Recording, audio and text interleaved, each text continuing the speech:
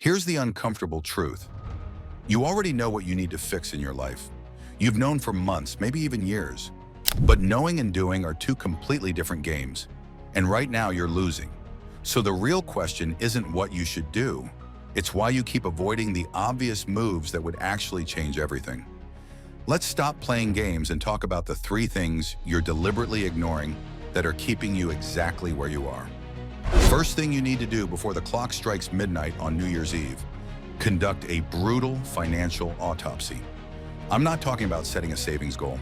I'm talking about opening your bank statements right now and categorizing every single purchase from the last 3 months. You need to see in black and white where your money actually went versus where you thought it went. Because here's the thing, most people are living in financial fantasy land. They think they spent $200 on eating out when they actually spent $800. This clarity is worth more than any budget you'll create, because you can't fix what you won't face.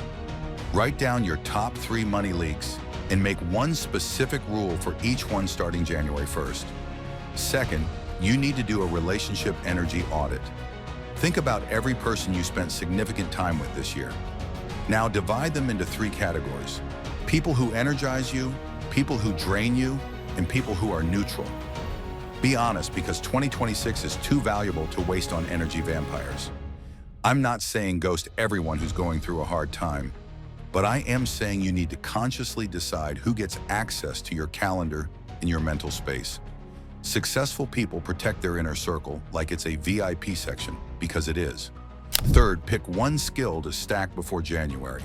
Not a resolution, not a vague goal, but one specific micro skill you can develop in 2 weeks that compounds everything else you do. Maybe it's learning to wake up at 5:30 without feeling destroyed. Maybe it's practicing saying no without guilt 15 times before the year ends. Maybe it's reading for 20 minutes every morning. The key is choosing something small enough to actually do, but significant enough that it shifts your operating system. Here's the reality. Everyone's going to make resolutions in 2 weeks, but you're going to arrive at 2026 already in motion, already seeing results, already ahead of where you were. The question is, will you actually do this, or will we be having the same conversation next December?